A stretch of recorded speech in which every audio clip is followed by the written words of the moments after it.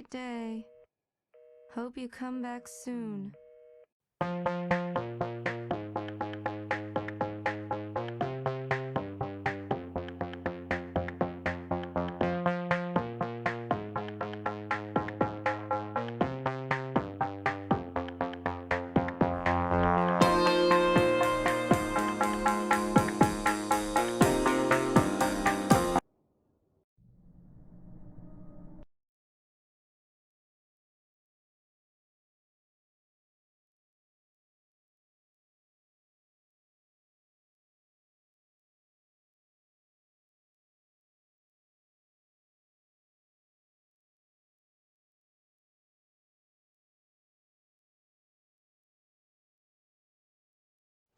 Help you folks?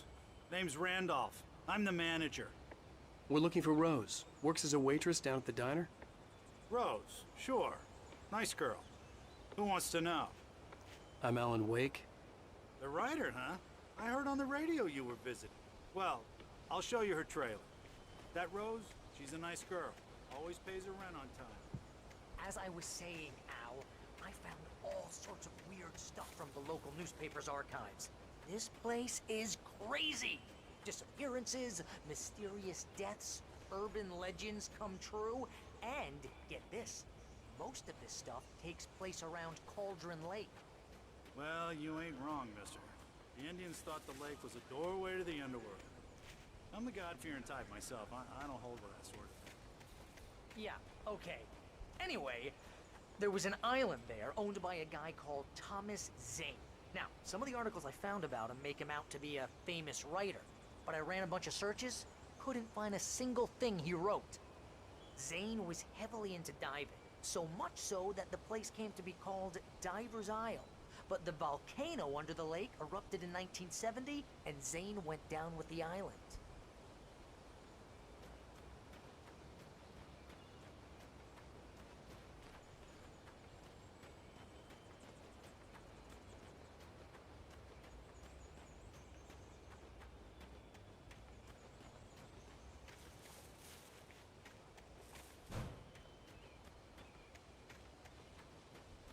Come on, mister. I'll take you to Rose's trailer.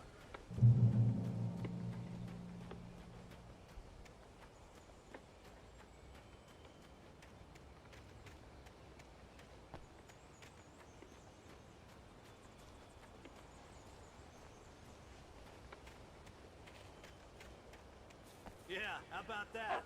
It was there in the morning, as if it had fallen from the sky. But it would take a tornado to lift something like that. We're damn lucky it didn't crush any of the trailers.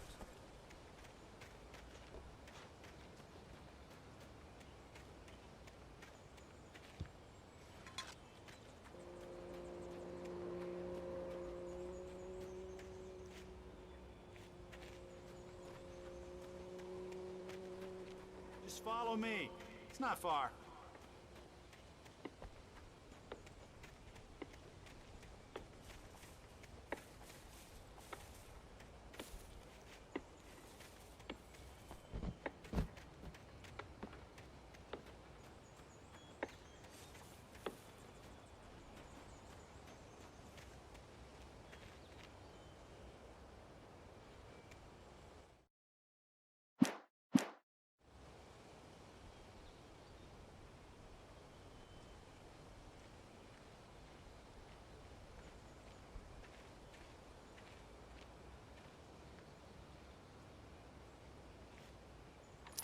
Gets better.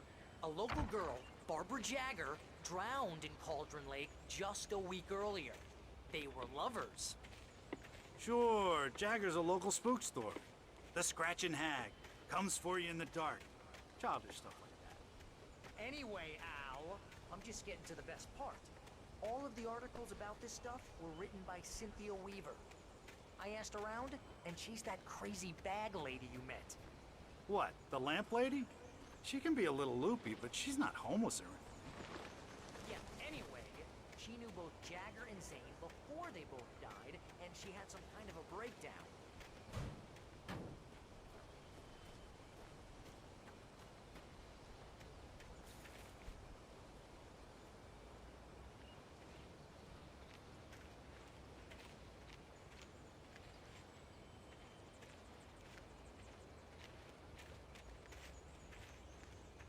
Well, mister, this here's Rose's trailer. You mind me asking what you want with her? We're just here to talk to her, pal.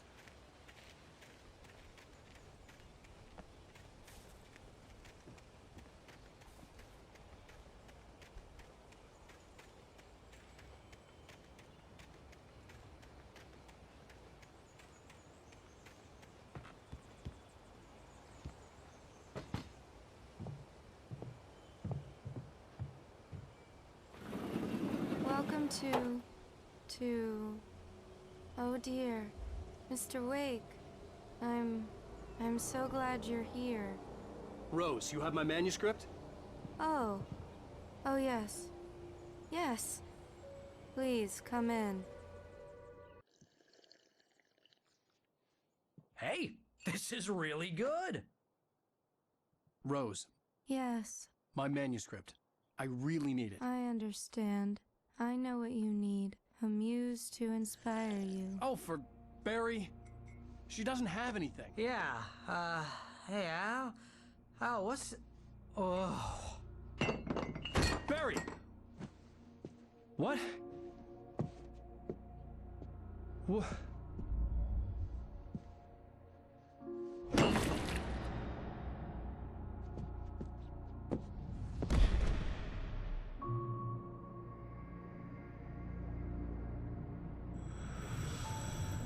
It's coming for you, hiding in my barber's skin. I'm too weak to stop it. You must turn the lights on. I promised I'd come visit you and your lovely wife. You must finish what you started. I insist. You must turn the lights on. Turn the light on.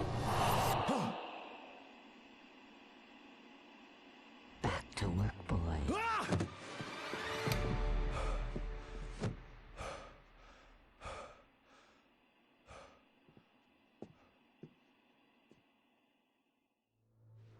I felt nauseous, hungover. Only anger kept me going.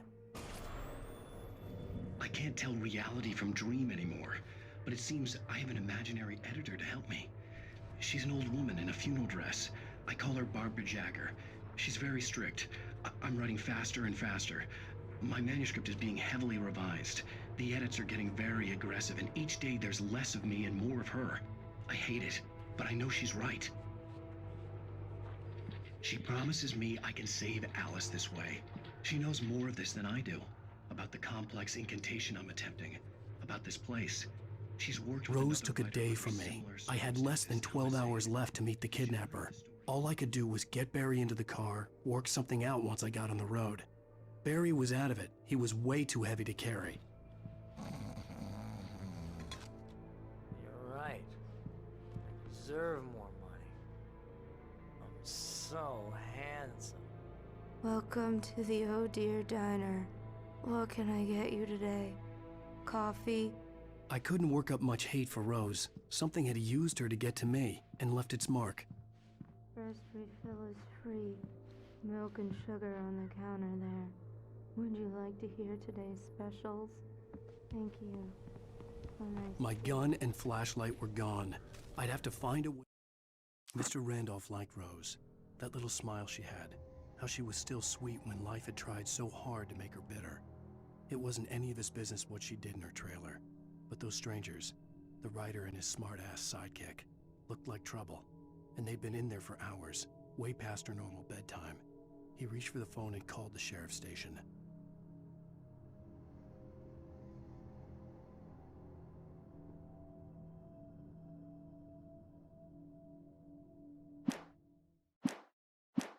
To get Barry into the car as quickly as possible. There was no time to waste.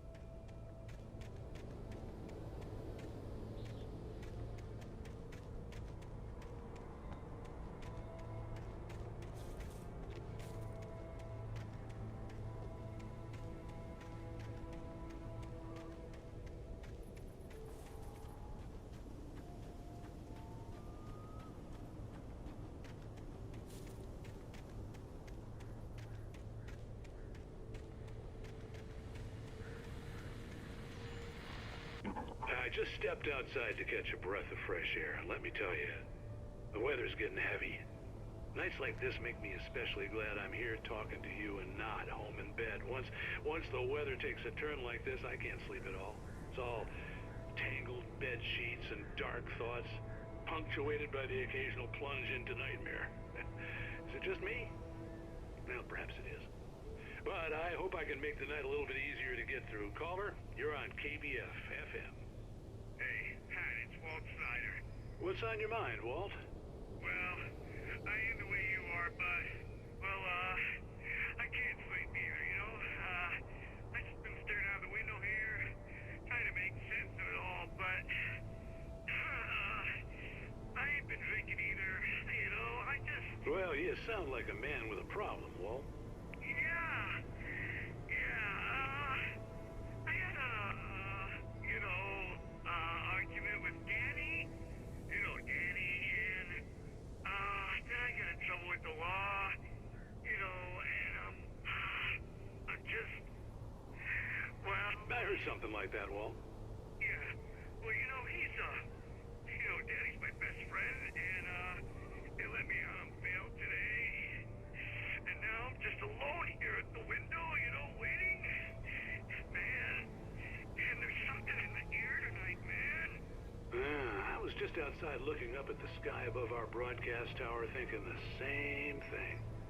What are you waiting for, Walt? I don't know. But, something's gonna happen. I think I better go. Well, Walt, maybe... No, thanks, Pat. Well, good luck to you, Walt. Hang in there. Let's take a little break, folks. This weather's really something else, huh? How can I be sure you'll walk away? Why'd you look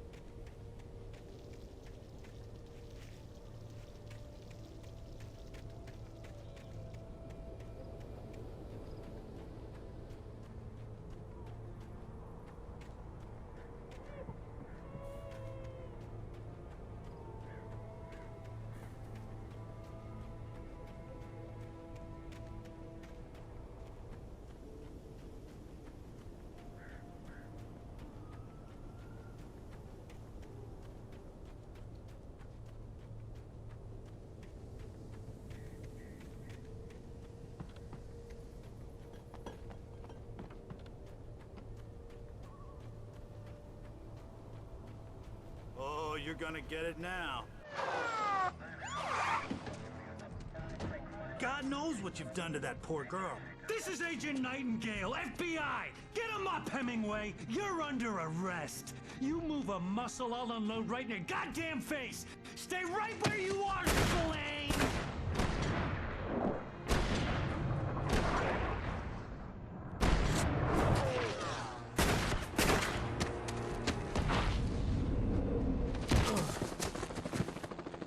What are? I'm standing right here, you goddamn maniac!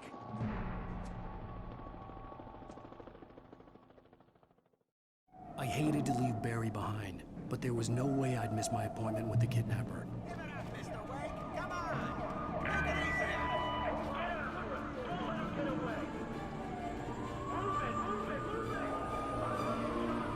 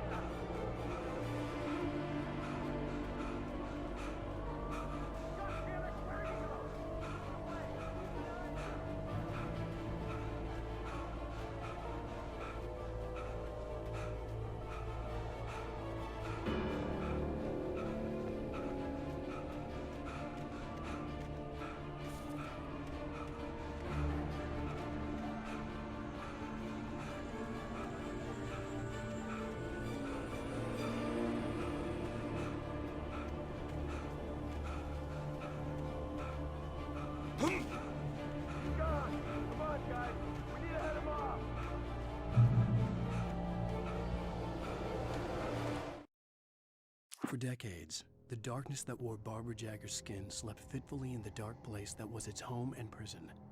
It was hungry and in pain.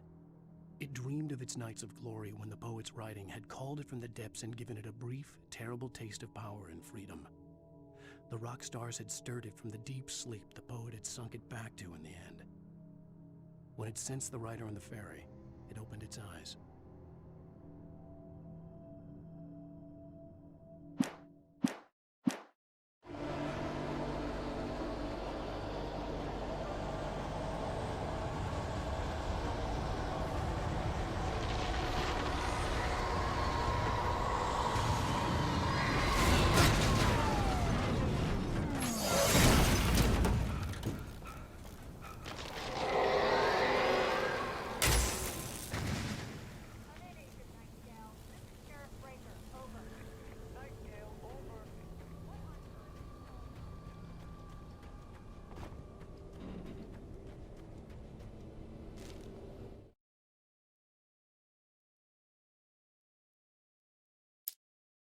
Rose didn't know how the strange old lady got in her trailer, and she looked wrong somehow.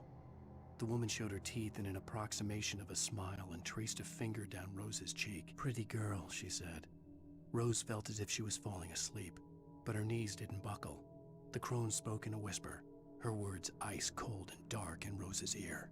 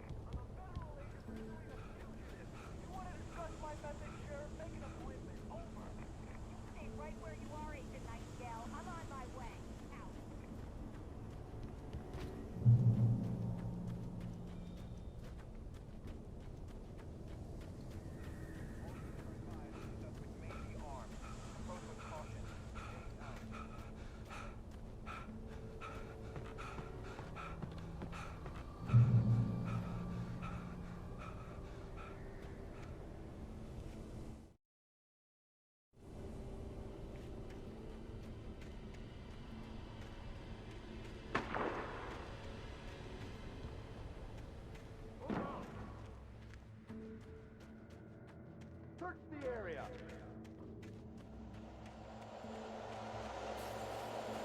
Stay sharp. This way. Over here.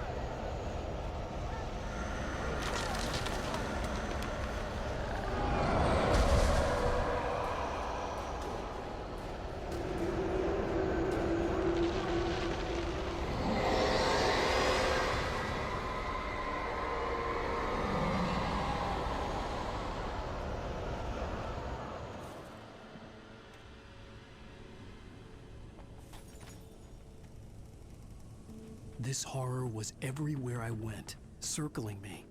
The cops didn't stand a chance. They were after a writer, not a monster.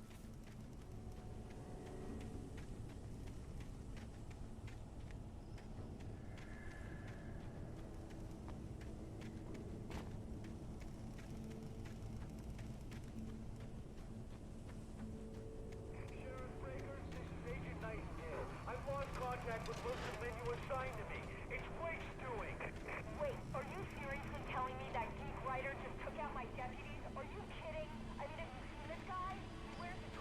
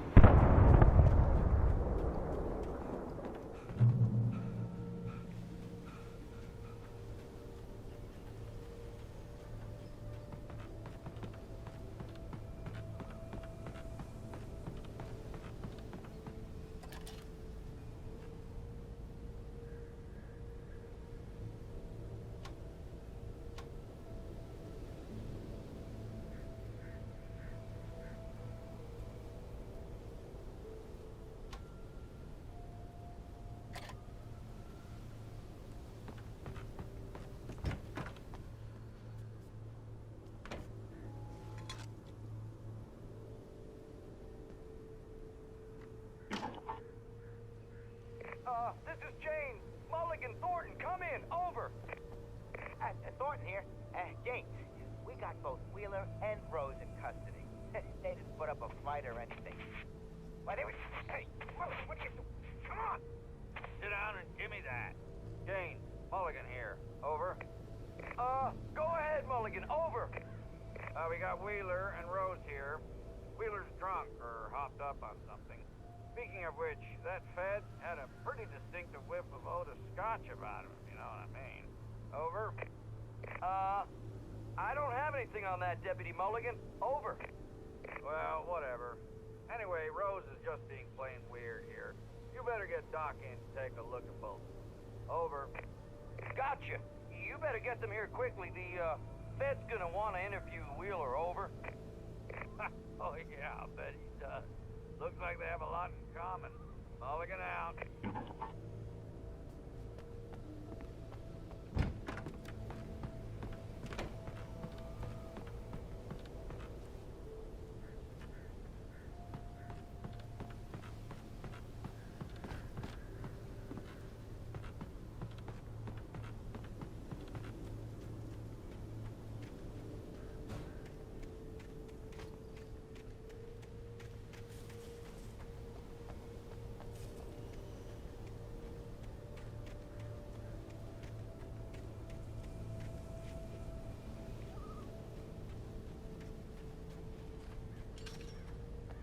I imagined that the broadcast tower in the distance was part of the local radio station.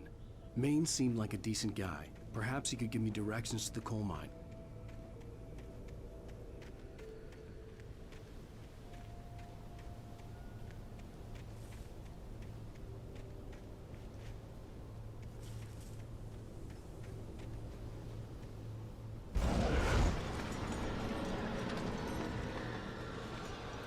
Unnatural shadows clung to the gate.